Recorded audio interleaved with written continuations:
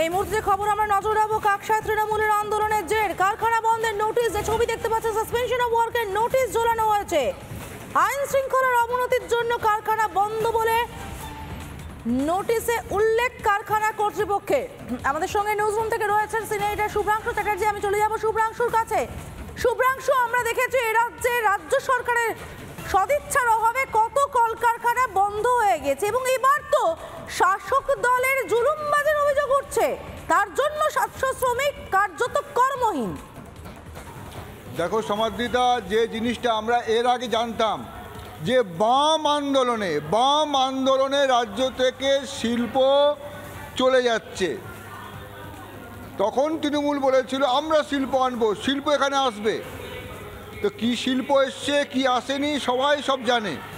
আমরা এটাও জানি চাকরির দাবিতে কলকাতার ধর্মতলায় একের পর এক মানুষ, হাজার হাজার মানুষ আন্দোলন করছে, বসে আছে।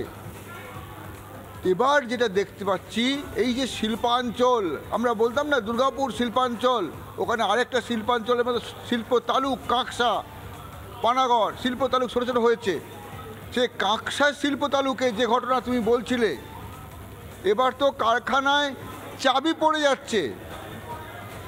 কি না শ্রমিক আন্দোলন, সেই যে শ্রমিক আন্দোলন আমরা বাম জামানায় শুনতাম জঙ্গি শ্রমিক আন্দোলন, এবার সেই শ্রমিক আন্দোলনে চাবি পড়ে গেল। মালিক পক্ষ বলে দিল যে কাজ করা যাবে না, এখানে কাজ করার উপযুক্ত পরিবেশ নেই, ঝামেলা ঝঞ্ঝাট হচ্ছে।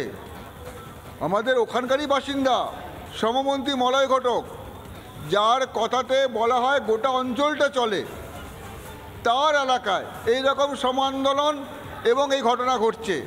কেন? শ্রমিকরা বলছে তাদের দাবি দেওয়া মানতে পারছে না, তাদের ইনক্রিমেন্ট হয় না, বাইরে থেকে শ্রমিক এনে কাজ করানো হচ্ছে। আর শ্রমিকদের দাবিগুলো যদি ন্যায্যও হয়, সেগুলো মেটানো হয়নি কেন? সেগুলো আলোচনার জায়গায় কেন আনা হয়নি?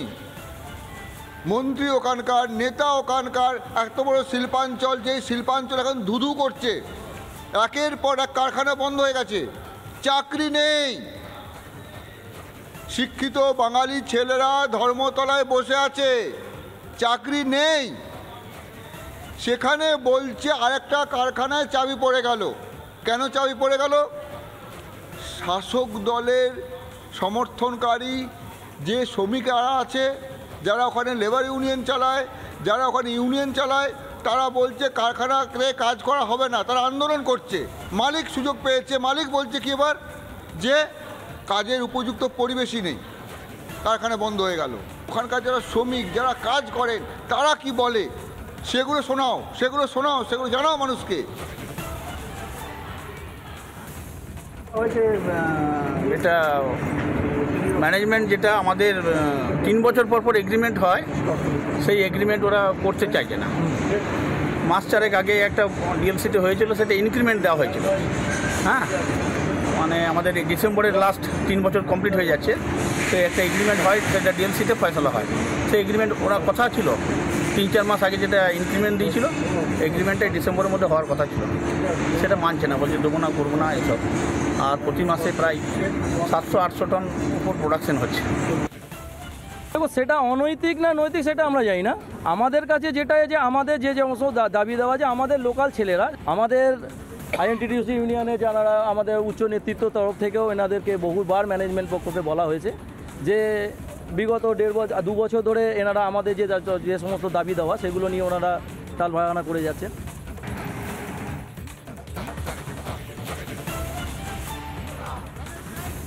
দাবিগুলো থাকতেই পারে, শ্রমিকদের দাবি আছে। শ্রমিকরা বলছে ভালো উৎপাদন হচ্ছে, কারখানা প্রফিট করছে, এই জায়গায় দাঁড়িয়ে যে মূল্য বৃদ্ধি হচ্ছে, সেই তুলনায় তাদের অর্থনৈতিক অবস্থা উন্নতি হচ্ছে না। শ্রমিকদের দাবি থাকবে, কিন্তু সেজন্য আন্দোলনও থাকবে। কিন্তু তা বলে কারখানা বন্ধ হয়ে যাবে? সরকার কোথায়? সরকারের কোনো দায় নেই? চাকরি দিতে পারছে না সরকার, চাকরি দিতে পারছে না, সেখানে আরেকটা কারখানা বন্ধ হয়ে যাবে? এই ঘটনাটাই ঘটছে, বারংবার ঘটছে। গোটা শিল্পাঞ্চল ধুধু করছে, কোথাও চাকরি নেই, বেকার, মানে এই বেকারি যে কথাটা বলা হচ্ছে বেকার, এই যে কি ভয়াবহ যন্ত্রণা, আমরা যে কেউ কলকাতায় এসে যদি ধর্মতলায় যাই আমরা দেখতে পাবো। সমাধিতা একেবারেই তাই শুভ্রাংশু। আমরা দেখতে পাচ্ছি চারিদিকে বেকারত্বের জ্বালা, রাস্তায় শিক্ষিত বেকাররা বসে রয়েছেন এবং যাদের চাকরি রয়েছে তাদেরও চাকরিটা চলে যাচ্ছে শাসক দলেরই আন্দোলনের জেরে। এবং সব থেকে বড় প্রশ্ন, এই যে 700 জন কর্মী তারা কর্মহীন হলেন, এদের দায় কে নেবে? শাসক দল নেবে? যারা এই জুলুমবাজির অভিযোগে অভিযুক্ত তারা দায় নেবে? আইন শৃঙ্খলা পরিস্থিতি যারা খারাপ করলেন তারা দায় নেবেন?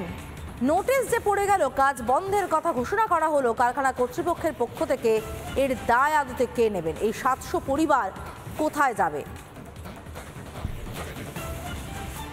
নেবে সেটাই তো সমস্যা হচ্ছে, দায় কে নেবে সেটাই তো সমস্যা হচ্ছে। দায় নেওয়ার কেউ নেই, দায় নেওয়ার কেউ নেই। চাকরি চলে যাচ্ছে, বাজারে গিয়ে হাত ছোঁয়ানো যাচ্ছে না। শ্রমিকরা যে দাবি তুলছে সে দাবি অন্যায্য বলার ক্ষমতাও কারো নেই। কিন্তু কারখানা বন্ধ হয়ে গেলে তো এতগুলো লোকের চাকরি চলে গেল, 700 জন, কতগুলো মানুষের মুখের ভাত চলে যাবে। কিন্তু এখনো অবধি এই আন্দোলন তো আজকের নয়, 2 দিন 3 দিন ধরে চলছে। আমি সেই আন্দোলনের ছবি আমরা সকালে দেখিয়েছি, একের পর এক ছবি গেছে। মলয় ঘটক তো ওখানকার মানুষ, তিনি কোথায়? তিনি কি ওটাকে সামলাতে পারেননি? তিনি কি সামলাতে পারছেন না? কোথায় সরকার কোনো ব্যবস্থা নিচ্ছে না? এই একই প্রশ্ন। আমি গোটা এই দুর্গাপুর আসানসোল শিল্পাঞ্চলটা বলি, যদি তোমরা ভাবো সমাদৃতা, ওই জায়গাটা কীরকম জমজমাট ছিল, কতগুলো কারখানা চলছে, একের পর এক কারখানা বন্ধ হয়ে যাচ্ছে।